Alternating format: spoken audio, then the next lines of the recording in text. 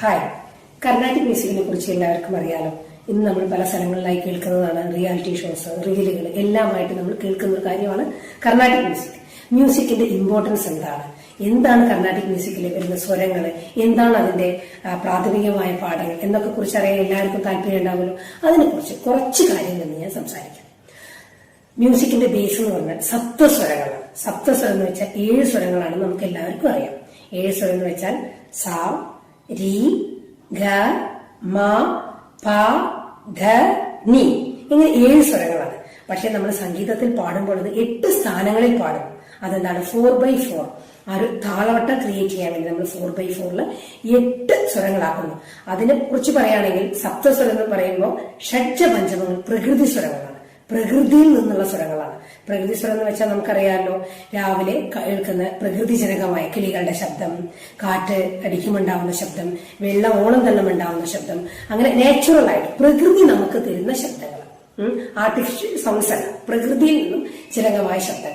അതിൽ നമ്മൾ പഞ്ചമത്തെ നമ്മൾ കുയിലിന്റെ നാദം, അതെല്ലാവർക്കും അറിയാം. കുയിൽ നാദത്തിനോട് നമ്മൾ പഞ്ചമം പാടുന്ന കുയിൽ നാദം നമ്മൾ പല പാട്ടുകളിലും ഒക്കെ കേട്ടിട്ടുണ്ട്.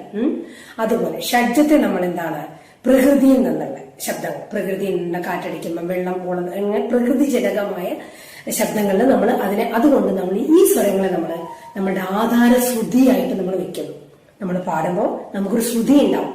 ഏതൊരു പാട്ടായാലും, ഇപ്പൊ സിനിമ പാട്ടായാലും നമ്മുടെ ശാസ്ത്രീയ സംഗീതം എടുക്കുമ്പോൾ നമ്മളൊരു ശ്രുതി ഉണ്ടായിരിക്കും പാടുന്നത്. അപ്പൊ നമ്മൾ അത് ബേസ് ചെയ്ത് നമ്മൾ സാപ്പാസ പിടിച്ച് നമ്മൾ ആ ശ്രുതിയിലേക്ക് നമ്മളുടെ മൈൻഡും വോയിസും എല്ലാം സെറ്റ് ചെയ്ത് നമ്മൾ പാടും. അപ്പൊ അങ്ങനെയാണ് നമ്മൾ പാടാനുള്ള കാര്യങ്ങൾ നമ്മൾ റെഡിയാക്കിക്കൊണ്ട് വരുന്നത്. അപ്പൊ ഈ സപ്തസ്വരങ്ങളിലെ 7 സ്വരങ്ങൾ ഞാൻ പറഞ്ഞു. അതില് പ്രകൃതി സ്വരങ്ങളാണ് ഷഡ്ജ പഞ്ചമങ്ങൾ എന്ന് പറഞ്ഞു. അതേപോലെ തന്നെ നമുക്ക് വികൃതി സ്വരങ്ങളുണ്ട്. കുറച്ച് വികൃതിയായ കുറച്ച് സ്വരങ്ങളുണ്ട് സംഗീതത്തില്.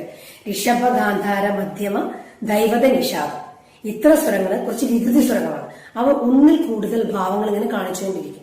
അതാണ് നമ്മളുടെ രാഗങ്ങളിൽ വരുന്ന ചേഞ്ചുകളും നമുക്ക് ഒരുപാട് രാഗങ്ങൾ ക്രിയേറ്റ് ചെയ്യാൻ പറ്റുന്നതും ആ രാഗങ്ങളിൽ നിന്നും സ്വരങ്ങൾ ജനിച്ച് സ്വരങ്ങളിൽ നിന്നും ഒരുപാട് കാര്യങ്ങൾ നമുക്ക് മനസ്സിലാക്കാൻ പറ്റുന്നത്.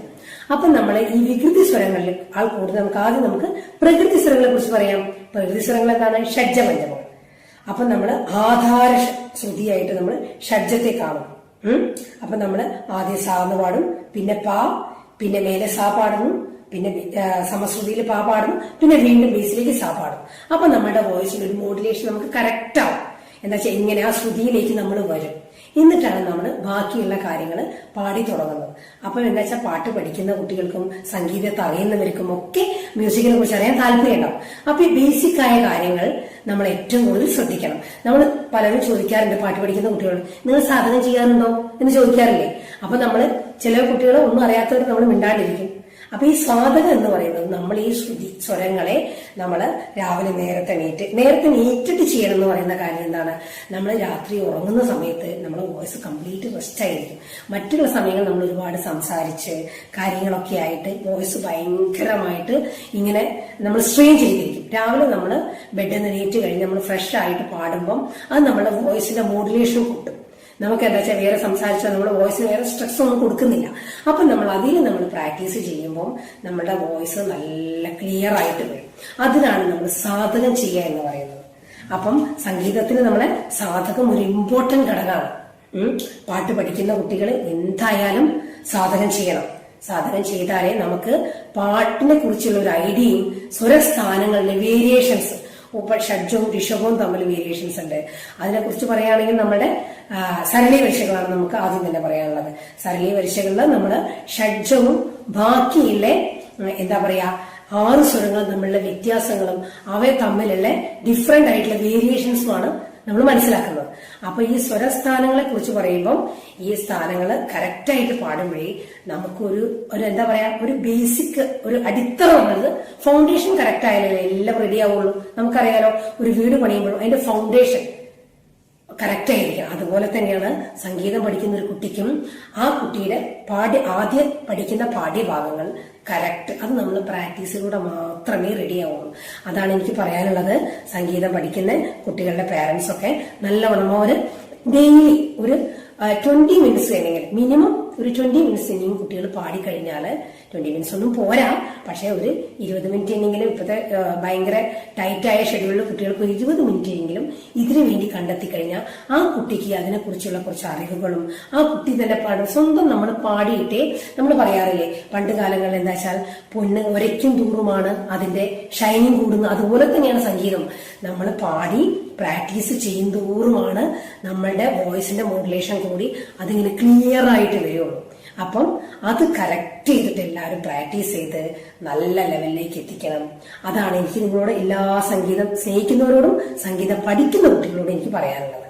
അപ്പൊ നമ്മൾ ആധാര ഷഡ്ജമായിട്ട് നമ്മൾ ഏതാണ് ആധാര ശ്രുതിയായിട്ട് നമ്മള് ഷഡ്ജത്തെ കാണുന്നു. അപ്പൊ നമ്മൾ അത് ബേസിൽ നമ്മളിപ്പം ഫീമെയിൽ ആണെങ്കിൽ മെജോറിറ്റി നമ്മൾ സജസ്റ്റ് ചെയ്യുന്ന സ്കെയില് ജി ആയിരിക്കും. അപ്പം ജിയെ നമ്മൾ 5 ഘട്ടാന്ന് പറയും. മെയിൽ വോയിസ് ആണെങ്കിൽ സി ആയിരിക്കും, അത് നമ്മൾ 1 ഘട്ട ശ്രുതി എന്ന് പറയും. മെജോറിറ്റി ലേഡീസും കുട്ടികളും നമ്മൾ പഠിച്ചു വരുമ്പോൾ നമ്മൾ 5 ഘട്ട ശ്രുതിയിലാണ് നമ്മൾ സംഗീതം ശ്രുതി വെച്ച് നമ്മൾ പാടി വരുന്നത്. അപ്പം അത് നമ്മൾ കറക്റ്റ് ചെയ്ത് പ്രാക്ടീസ് ചെയ്ത് കൊണ്ടുവരുമ്പം അതിനെ നമുക്ക് റെഡിയാക്കിയിട്ട് എടുക്കാൻ പറ്റും. ഇത്രയും കാര്യങ്ങളാണ് നമുക്ക് സപ്തസ്വരങ്ങളെ കുറിച്ചിട്ടും ഒരു ചെറിയൊരു ബേസാണ് ഇപ്പൊ ഞാൻ പറഞ്ഞത്. സംഗീതം എന്ന് വെച്ചാൽ അനന്തസാഗരമാണ്. ദാസേട്ടനൊക്കെ പറയാറില്ലേ അതുപോലെ തന്നെയാണ്. നമ്മൾ അതിലേക്ക് ആഴ്ന്നിറങ്ങി ചെല്ലുന്നതോടെ നമുക്ക് എന്തെങ്കിലുമൊക്കെ ഒന്ന് അറിയാൻ പറ്റുള്ളൂ. നമ്മൾ അറിഞ്ഞതൊന്നും അത്രയും വലിയ കാര്യങ്ങളൊന്നുമില്ല, ഒരുപാട് ഇനിയും കാര്യങ്ങൾ നമ്മൾ അറിയാനുണ്ട്. അപ്പൊ നമ്മൾ അത് ഇഷ്ടത്തോടെ അതിന്റെ കൂടെ നിന്ന് ചെയ്യുമ്പോൾ മാത്രമേ നമുക്ക് അതിന്റെ കാര്യങ്ങളെ കുറിച്ച് കറക്റ്റായിട്ട് വരികയുള്ളൂ. അപ്പൊ എനിക്ക് പറയാനുള്ളത് എന്താന്ന് വെച്ചാൽ പാരന്റ്സ് സംഗീതം ആത്മാർത്ഥതയോടെ പഠിക്കുന്ന കുട്ടികൾക്കും എല്ലാവർക്കും ഇപ്പം ഇൻബോൺ ടാലന്റ് ഉണ്ടാവണമെന്നില്ല. പക്ഷെ നമുക്ക് ഇഷ്ടത്തോടെ നമുക്ക് സംഗീതം പഠിക്കാം. നമ്മളുടെ ഇഷ്ടമല്ലേ ലൈഫിൽ നമുക്ക് എന്തൊക്കെ ചെയ്യണം, നമ്മൾ എന്തായിത്തീരുന്നൊക്കെ നമ്മളല്ലേ തീരുമാനിക്കുന്നത്. അപ്പൊ ഓരോ കുട്ടി ഇഷ്ടത്തോടെ പഠിക്കുമ്പം ചിലപ്പോൾ ആ കുട്ടിക്ക് ആദ്യം ഒന്ന് പാടാൻ അത്ര കഴിവ്, ആ കുട്ടി പ്രാക്ടീസ് ചെയ്ത് ആ കുട്ടി ഒരു നല്ല ലെവലിലേക്ക് എത്തും. ആ കുട്ടിക്ക് പാടാനുള്ള ആ ഒരു കാപ്പബിലിറ്റി ഉണ്ടായിത്തീരും. അപ്പൊ അതോടുകൂടി ആ കുട്ടിക്ക് വളരും. അപ്പൊ ആ കുട്ടി എന്ത് ചെയ്യണം, ബാക്കിയുള്ള കാര്യങ്ങൾ മ്യൂസിക് എന്ന് വെച്ചാൽ ഒരുപാട് കേൾക്കണം, ലിസണിങ് ആണ്. ഒരുപാട് കേട്ടിട്ടും പഠിച്ചിട്ടും നമ്മൾ അതിലേക്ക് വരണം. അപ്പൊ ഒരുപാട് കേൾക്കും. നമ്മൾ അറിയില്ലേ, ഞാൻ നല്ലൊരു മ്യൂസിക് ലിസണറാണ്, ഞാൻ നന്നായിട്ട് ഒരുപാട് പാട്ടുകൾ കേൾക്കും. ആ കേൾക്കുന്നവർക്ക് എന്താ വെച്ചാൽ അവർക്ക് ആ പാട്ടിനെ കുറിച്ച് കുറെ ഐഡിയകൾ ഉണ്ടാവും. ഇപ്പൊ റിയാലിറ്റി ഷോസ് ഒക്കെ കണ്ടിട്ടുണ്ട്. നമുക്ക് ഒരുപാട് പേർക്ക് നമുക്ക് എന്താണ് എന്നുള്ളത് പറഞ്ഞു കൊടുക്കാൻ പറ്റില്ല, പക്ഷെ എവിടെയോ പോയിട്ടുണ്ട് എന്ന് നമുക്ക് പറയാൻ പറ്റും. പക്ഷെ എന്താണെന്നൊന്നും ചോദിക്കരുത്. ചിലർ പാട്ട് കേൾക്കുമ്പം ചിലർ പറയുന്നതാണ് അവർ പാടിയത് മോശമില്ല, പക്ഷെ എവിടേക്കോ എന്തൊക്കെയോ ഒരു വ്യത്യാസമുണ്ട്, അതെന്താണെന്നൊന്നും ചോദിക്കരുത്. പക്ഷെ എന്താണ്, അവര് കുറെ കേൾവിയുടെ അടിസ്ഥാനത്തിൽ എന്തോ ചില പ്രശ്നങ്ങളുണ്ടെന്ന് അവർക്കറിയാം. പക്ഷെ അതെന്താണെന്ന് അവർക്കത് എന്താ വെച്ചാൽ അതിലേക്ക് ആഴത്തിലേക്ക് ഇറങ്ങി ചെന്ന് പഠിക്കാത്തത് കൊണ്ട് അവർക്ക് അതിനെ കുറിച്ച് അറിയില്ല. പക്ഷെ എന്താണ്, പാട്ട് പഠിക്കുന്ന ഒരു കുട്ടി കുറച്ചൊക്കെ അതിന്റെ ആഴത്തിലേക്ക് ഒന്ന് ഇറങ്ങി ചെല്ലുമ്പോൾ സ്വന്തം തെറ്റുകൾ നമുക്ക് മനസ്സിലാക്കാൻ പറ്റും. എല്ലാവരും സംഗീതത്തിൽ പെർഫെക്റ്റ് ഒന്നുമല്ല, എല്ലാവരും പാടുന്നത് ശരിയാണെന്ന് നമുക്ക് പറയാൻ പറ്റില്ല. ചിലവർ പാടുന്നത് നന്നായി, ചിലവർക്ക് കുറച്ച് തെറ്റുകൾ ഉണ്ടാവും. അതൊക്കെ നമ്മൾ തിരുത്താൻ തയ്യാറായാൽ നമുക്ക് വളരാൻ പറ്റും. നമ്മൾ എപ്പോഴും തെറ്റിനെ തിരുത്തി മുന്നോട്ട് നീങ്ങുമ്പോൾ വ്യക്തികൾക്കാണ് വളരാൻ പറ്റുക. തെറ്റുകൾ ഉൾക്കൊണ്ട് പറയുന്നത് മനസ്സിലാക്കി ആ തെറ്റുകൾ ഉൾക്കൊണ്ട് നമ്മൾ മുന്നോട്ടേക്ക് നീങ്ങുമ്പോൾ നമുക്കതിൽ കറക്ഷൻസ് വരുത്താൻ പറ്റും. പിന്നെ ഈ പ്രാക്ടീസ് ചെയ്യുമ്പോഴും നമ്മൾ പാടുന്ന സ്ഥാനങ്ങളിലെ വ്യത്യാസങ്ങളൊക്കെ എല്ലാവർക്കും മനസ്സിലാവും. അപ്പൊ അത് നമ്മൾ കറക്റ്റ് ചെയ്തിട്ട് അപ്പൊ നമുക്ക് തന്നെ തോന്നുമ്പോ പാടി ഞാൻ പാടി എത്തിയില്ലേ, ആ നോട്ടിലേക്ക് കയറിയിട്ടില്ലേ, എന്തോ ഒരു വ്യത്യാസം ഉണ്ടല്ലോ. നമുക്ക് സ്വന്തമായിട്ട് ഒരു ബോധ്യം ഉണ്ടായി കഴിഞ്ഞാൽ പിന്നെ അത് കറക്റ്റ് ചെയ്യാൻ നമുക്ക് വലിയ ബുദ്ധിമുട്ടുണ്ടാവില്ല.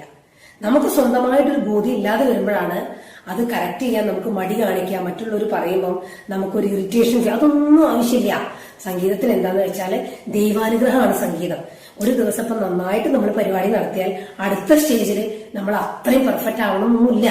എന്താന്ന് വെച്ചാല് അത് ഓരോ ദിവസമാണ്. ഞാനായാലും ഓരോ പ്രോഗ്രാം പോകുമ്പോഴും നന്നായിട്ട് ദൈവത്തെ പ്രാർത്ഥിച്ചിട്ട് നമ്മള് ദൈവത്തിലാണ് നമ്മൾ എന്തായാലും, ഞാനൊക്കെ മേലൊരു ശക്തി ഉണ്ടെന്ന് ശരിക്കും വിശ്വസിക്കുന്ന ആളാണ്. അപ്പം ദൈവത്തിൽ അർപ്പിച്ചുകൊണ്ട് നമ്മൾ പ്രാക്ടീസ് ചെയ്യുക. കാര്യങ്ങൾ തെറ്റുന്നുണ്ടെങ്കിൽ ഒരാൾ പറയുമ്പോൾ അതിനെ നമ്മൾ ക്രിട്ടിസൈസ് ചെയ്യാണ്ട് നമ്മൾ അത് ഉണ്ടാവുമായിരിക്കും. ഞാൻ പാടുന്നതിൽ തെറ്റുണ്ടോ നമ്മൾ ചിന്തിക്കാം, തെറ്റുണ്ടാവുമായിരിക്കില്ല. അപ്പൊ നമ്മളൊന്നുകൂടെ വെയിറ്റിംഗ് ചെയ്യുക. അത് കറക്റ്റ് ചെയ്യാനുള്ള ഒരു ടെൻഡൻസി നമ്മൾ ഉണ്ടാക്കുക. ഏത് പാട്ട് പഠിക്കുന്ന കുട്ടികളായാലും എനിക്ക് പറയാനുള്ളതാണ്, അത് കറക്റ്റ് ചെയ്യാനുള്ള ടെൻഡൻസി നമുക്കുണ്ടോ ആ കുട്ടി വിജയിച്ചിരിക്കും. അല്ലാതെ അത് ഞാൻ പറഞ്ഞത് ശരി തന്നെയാണ്, തെറ്റൊന്നുമില്ല എന്ന് നമ്മളങ്ങ് മനസ്സിൽ ചിന്തിച്ചാൽ പിന്നെ മുന്നോട്ട് നമ്മൾ തെറ്റ് തിരുത്താൻ വലിയ ഇൻട്രസ്റ്റ് ഒന്നും കാണിക്കില്ല. അപ്പൊ നമ്മൾ തെറ്റുകളിലൂടെ അങ്ങ് പോകും. തെറ്റ് പഠിക്കാൻ കുറച്ച് നമ്മളെ ടെൻഡൻസി കൂടുതലാണ്. നമ്മൾ തെറ്റ് കറക്റ്റ് ചെയ്യും ഇത് വരാനാണ് കുറച്ച് കൂടുതൽ. ആ തെറ്റുണ്ടെങ്കിൽ ആ തെറ്റ് തിരുത്തി എല്ലാവരും മുന്നോട്ട് പോവുകയാണ് പഠിക്കുന്നവരെന്ന് വെച്ചാൽ നമ്മൾ ഒരുപാട് നല്ല ഗുണങ്ങളുണ്ടാവും. അതോടൊപ്പം സംഗീതത്തിൽ നല്ല അറിവുകളുണ്ടാവും. നമ്മൾ പ്രത്യേകിച്ച് നമ്മളൊരു എളിമയുള്ളൊരു കുട്ടിയായി മാറും. നമ്മൾ സംഗീതം പഠിക്കുമ്പോൾ നമ്മൾ പറയല്ല, ആ കുട്ടിക്ക് ഒരു വിനയം ഉണ്ടാവും, സംസാരിക്കാനുള്ള ഒരു കഴിവുണ്ടാവും. എല്ലാം ഒരുപാട് ഗുണങ്ങളുണ്ട് സംഗീതത്തിന്. അപ്പം നല്ലൊരു തലമുറയെ നമുക്ക് വാർത്തെടുക്കാം. അതോടൊപ്പം തന്നെ നല്ലൊരു സംഗീതജ്ഞൻ, പാട്ടുകാരിയോ പാട്ടുകാരനോ ഒക്കെ ആയി മാറും. ഇത്രയും കാര്യങ്ങളാണ് ഇന്ന് എനിക്ക് നിങ്ങളോട് പറയാനുള്ളത്. ഇതിൽ ഞാൻ പറയുന്നു, ഇനി നമുക്ക് കൂടുതൽ സംഗീതത്തിന്റെ ബാക്കിയുള്ള ബാലപാഠങ്ങളും കാര്യങ്ങളൊക്കെ ആയിട്ട് നമുക്ക് വീണ്ടും കാണാം. അതുവരേക്കും ഒരു ബായ് പറഞ്ഞ് ഞാൻ നിർത്തുന്നു.